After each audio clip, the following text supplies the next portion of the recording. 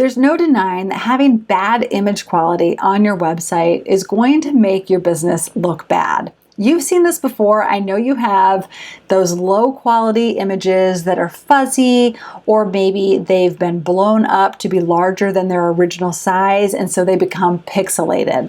Well, let's go over how you can optimize your images for use on the web so this doesn't happen to you.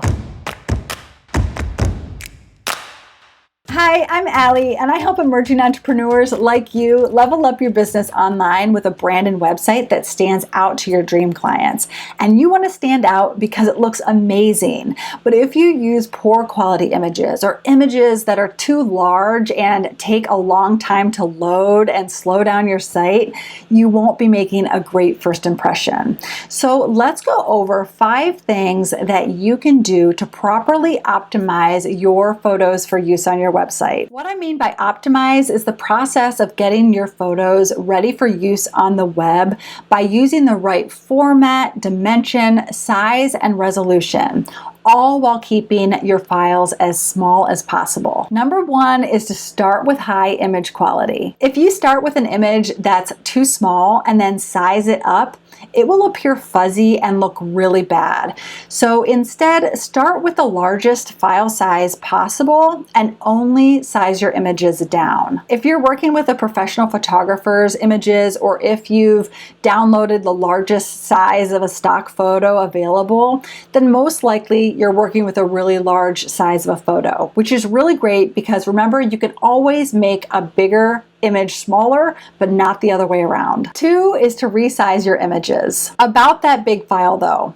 if you upload it to your website as is, it will take your page a really long time to load.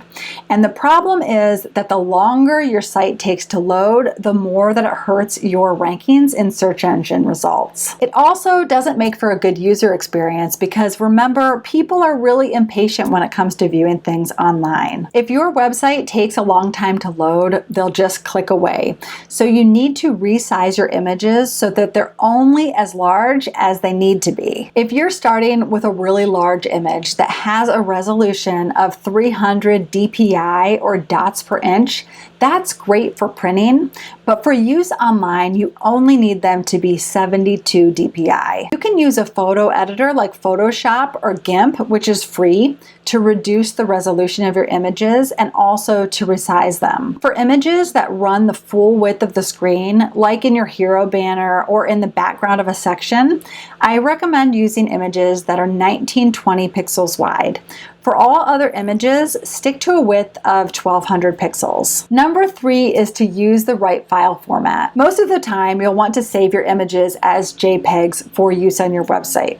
JPEGs are really great for photographs. If you have graphics with any large flat areas of colors like illustrations or infographics, for example, you'll want to save these as PNGs.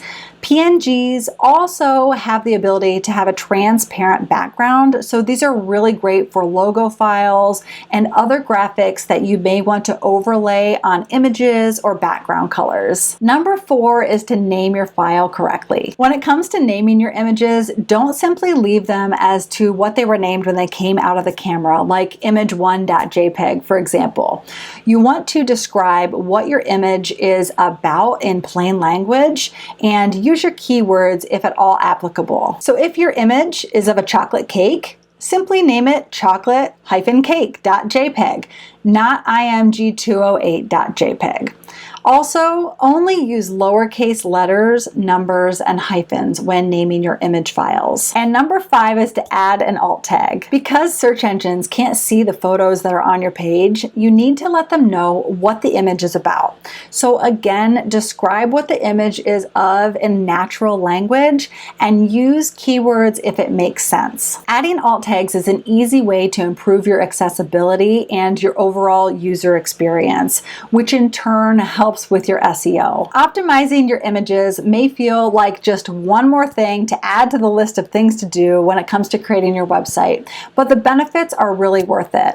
Not only will your images look better, but your site will load faster, and you'll also boost your rankings in search engine results. Now, if you're wondering, how do you know what images to use in the first place, then click the video that's on the screen right now where I'll show you how to find great images for your website.